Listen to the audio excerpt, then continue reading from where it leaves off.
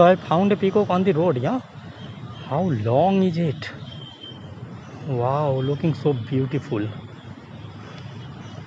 Just walking in front of me, and really its size is so amazing. Wow, I have never seen a peacock so close.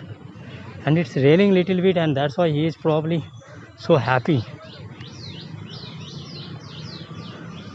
And I found the another one. Just go inside. Yeah, found the another one just in the distance, and I'm not sure where did it go. So this is the Villa Planetary that I've shown. I cannot go enter. आगे की जगह बंद है. So you can see this peacock. Yeah, how long its tail is. Just amazing. First time I'm just noticing its beauty from so close one. Probably it is so happy because due to raining, yeah, they likes raining, and during raining they just spread their tail. It just left. It's okay.